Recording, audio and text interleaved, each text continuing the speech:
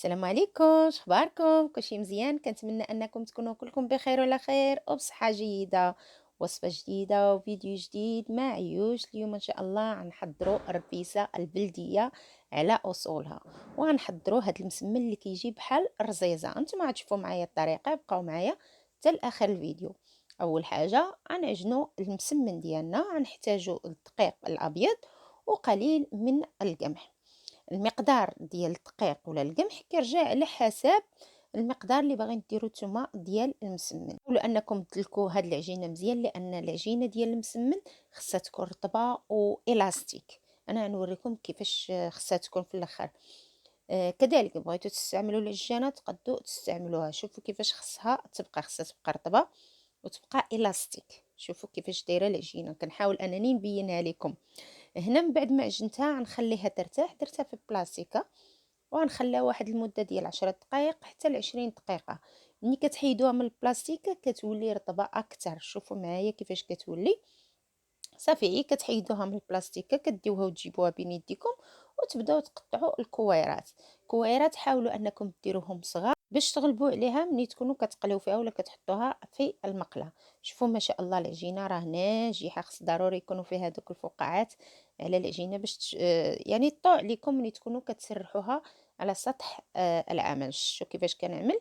يعني كنحاول انني نرققها مزيان وكنهزها بشويه. ما تخافوش واخا تقطع معاكم، ما تخافوش. انا هنا غنوريكم غير وحده، ما خصكمش طيبوها حتى تقرمش. تبقى بحال هكا، يعني تحسوا بها صافي ما بقاتش عجينه وتحيدوها. البنات اللي عندهم خبره راه كيحطوا وحده فوق وحده وحده فوق وحده، خمسه سته، ومن بعد كيحيدوهم. خص هكا. شوفوا المسمن كيفاش كيجي، خص يكون رقيق بزاف. من بعد ما ساليت المسمن ديالي غطيته حطيته. كنعجن انا بالليل الا بغيت ندير رفيسه، نعجنها بنهار قبل وكنخليها. هنا من حيت العجينه ديالي دزت باش ندير الشرموله ديال الدجاج اللي عندي. الدجاج كيبقى على حسب الافراد اللي جايين عندكم. الشرموله درت ملعقه ونصف ديال راس الحانوت اللي هما المساخن، قليل من الشعيرات الزعفران، الزنجبيل ولا سكينجبير، 2 معالق صغار ديال الابزار الاسود، ملعقه صغيره من قعقله وبسيبيسه، ملعقه صغيره من القزبر المطحون، ملح على حسب الذوق، 3 الفصوص ديال الثوم اللي هما محكوكين ولا مهروسين، وعندي ملعقه صغيره ديال السمن، ومكعب ديال البنه ديال الزعفران، ملعقه صغيره من الخرقوم او الكركم، والماء باش كنخلطوا هاد التوابل كلها غنخليها لكم في صندوق الوصف. صافي وكنبداو ناخذوا الدجاج ديالنا وكنشرملوه بهذيك التوابل كاع اللي خلطنا بالماء. كنحاولوا اننا ندخلو تحت الجلد. فوق الجلد كنحاول انني ندخل صبعي في هذا الصدر اللي كيكون الصدر ديال الدجاج اللي صعيب باش يدخل ليه هاد التوابل. ديروه بصبعكم هكا، تقبوه بصبعكم ودخلوا ليه هاد الشرموله كما كتشوفوا معايا.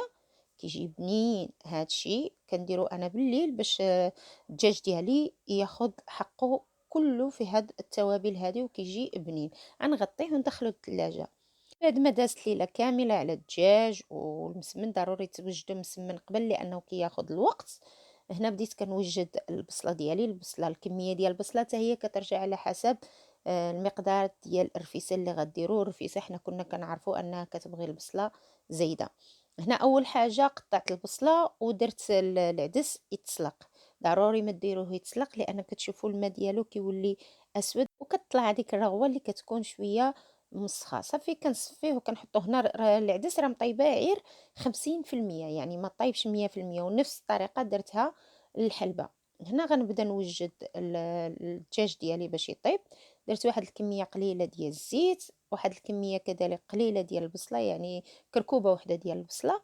وكندير التوابل. درت ملعقة صغيرة من راس الحانوت اللي هما المساخن، وملعقة صغيرة من الزنجبيل ولا السكينجبير والخرقوم، ملعقة صغيرة من الإبزار، ملعقة صغيرة من القزبر اللي هو باودر، وقليل من بسيبيسة وقعقلة، وضامة ديال البنة تاع الزعفران، شعيرات من الزعفران الحر، ملعقة صغيرة من السمن الحر. هنا ما ضفتش الملح. هنا غنخليه حتى نمرق وطلع الغلية الأولى، وعاد غدا نذوق الملح لأن الدجاج فيه الملح والسمن مالح. ما ديروش الملح قبل ما تذوقوا. بعد ما شحرت البصيله شويه، ضفت عليها الدجاج وهذوك التوابل اللي بقاو في الصينيه من الدجاج تا هما كنضيفوهم، وكنمرق بالماء يكون طايب. هنا كنمرق على حسب الكميه ديال المسمن اللي عندي. ما تقويوش الماء تاني بزاف لان حنا بغينا الدجاج يطيب، ومن بعد غنضيفوا البصله، وبصله حتى هي كتطلق الماء. صافي غنخليو الدجاج يطيب على عافيه اللي هي مهيله، وغنرجعوا للمسمن ديالنا. هنا المسمن كندير 5 6 على حسب اللي قديتو. صافي وكنشد واحد السكين اللي كيكون ماضي، وكنبدا نقطع هاد الشرائح يكونوا رقاق كما كتشوفوا معايا، يجي الشكل ديالها بحال الرزيزه. والطريقه راه سهله، غير المسمن ملي تكونوا كتجرسوا فيه حاولوا انه يكون رقيق. صافي غنستمر بنفس الطريقه حتى نقطع المسمن اللي عندي كله. هنا من بعد ما الدجاج طاب، هنا الدجاج طاب 90%، ما طابش 100%، لان مازال غنكمل ليه الطياب ديالو في الفران، ومن بعد غادا نحمرو في الفران. صافي كنحيدو الدجيجات اللي عندنا، نهزوهم غير بشويه وعندكم تحرقوا. هنا كما كتشوفوا المرقه كما كتشوفوا راه هي قليله، لكن غنضيف كما قلت لكم في الاول، ضفت عليها البصله والبصله كتطلق الماء. ردوا بالكم من هاد النقطه، ما تضيفوش الماء قبل ما تضيفوا البصله ويجيكم المرقه هكاك ما تجيش بنينه وما تجيش عاقده. هنا البصله ملي بدات كيدخلها الطياب غنضيف عليها واحد المقدار ديال 50 غرام ديال العدس، باش يطلق داك النشا ديالو، والمرقه كتجي عاقده وزوينه. هنا العدس ديالنا اللي كان طيبنا نص طيبه، اللي سلقناه نص سلقه، كنضيفوا عليه مريقه من هاد المرقه تاع الدجاج، ونخليوه يكمل الطياب ديالو على عافيه مهيله هو والبصله. نغطيو الطنجرات ديالنا ونخليوهم. هنا غنبدا ندير هذيك العشيشات اللي كنزوقوا بهم الرفيسه. عندي هنا الكنافه، كنقطع واحد المقدار اللي هو صغيور، وكنلوي بين صباعي. اما ديروا السمن، ماشي السمن البلدي ديالنا، السمن ديال هادو المصريين، خوتنا المصريين كيجي المذاق ديالها زوين. واما نديروا هي الزبده، الا عندك الزبده ديري هي الزبده. صافي كنبقاو نشكلوا على شكل ديال العشيشات ونحطوه في هذيك الصينيه ديال الكوب كيك. صافي وندخلوهم الفران. هنا عندي انا هذا البيض ديال السمان، عندكم البيض العادي ديروا غير البيض العادي، غير انا وجد عندي البيض السمان راني كنسلق فيه. صافي هنا من بعد ما طابت ليا البصله والعدس وجد عندي كل شيء، غندخل المسمن ديالي الفران على درجه اللي هي ناقصه حتى كيتقرمش ليا. ما تفوروش، الا فورتوه غادي تعجن. علاش؟ لان المسمن عندنا هنايا رقيق وما خليناهش تقرمش في المقله. الا فورتوه غادي تعجن لكم ويولي بحال العجينه. من الاحسن تدخلوه الفران حتى كيتقرمش وتخرجوه. هنا بديت كنسقي، وكل سيده تسقي على حساب ذوقها. درت الطبقه الاولى ومرقت، ودرت الطبقه الثانيه ومرقت، باش كل طبقه من هاد الطبقات ديال الرفيسه كتاخد حقها من المرقه. وهذه الطبقه الاخرى حتى هي غادا نمرقها. كما كتشوفوا، شوفوا المريقه شحال عاقده، كتجي بنينه وزوينه. صافي وهادو الدجيجات ديالي من بعد ما حمرتهم في الفران وخرجتهم وطابوا، كيجيو محمرين وزويونين. صافي كنبدا نحط البصيله. البصيله حتى هي ما شاء الله كتجي طيبه وكتجي معسله، واخا ما درناش فيها السكر ولا حتى حاجه، لان في هذا الوقت هذا البصله البيضاء كتكون حلوه. صافي وكنحطوا بين هاد الدجيجات شويه ديال البصله باش كل واحد ياخذ حقه من البصله كذلك. وهنا عندنا العدس حتى هو من بعد ما طاب حتى هو كنحطوه بين هادوك الدجيجات.